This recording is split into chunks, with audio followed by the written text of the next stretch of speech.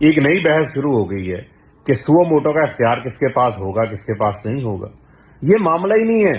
اور بھائی جو معاملہ ہے وہ معاملہ ہے اس ملک کے اندر 2 صوبوں کے اندر اسمبلیاں تحلیل ہو گئی، انتخابات ہونے ہیں، سپریم کورٹ نے صدر کو تاریخ دینے کا احکامات دیے، صدر تاریخ دے چکے ہیں، الیکشن کمیشن شیڈول جاری کر کے پی ڈی ایم کے ساتھ مل کے بھاگ چکا ہے، 8 اکتوبر کی تاریخ دے دی ہے۔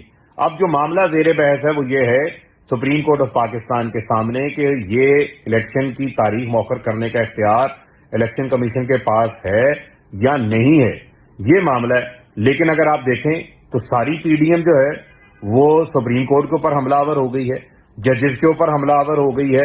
بھئی معاملہ یہ ہے کہ آج کون سا جج سپریم کورٹ کا ہو، ہائی کورٹ کا ہو، وہ آئین سے نظریں چڑا سکتا ہے؟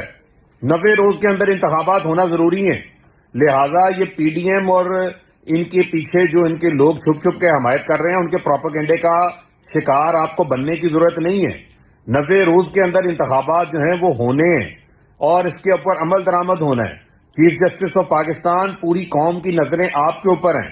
ہمیں معلوم ہے کہ جو اس وقت آپ کے اوپر حملہ کیا گیا ہے، جو سپریم کورٹ آف پاکستان کی انڈیپینڈنس کے اوپر حملہ کیا گیا ہے، لیکن اس کے باوجود پوری قوم آپ کے ساتھ کھڑی ہے۔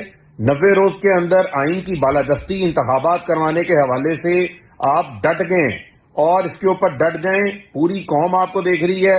تاریخ میں یہ پتا چلے گا کہ جسٹس منیر اور عمر عطا بندیال کے اندر جو ہے وہ کیا فرق ہے۔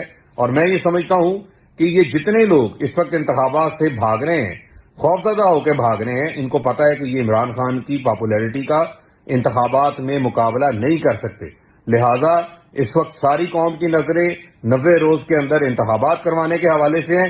اس کے علاوہ کوئی اور ایشو نہیں ہے، کسی نان ایشو کے اوپر جو ہے وہ ڈیبیٹ نہ کریں۔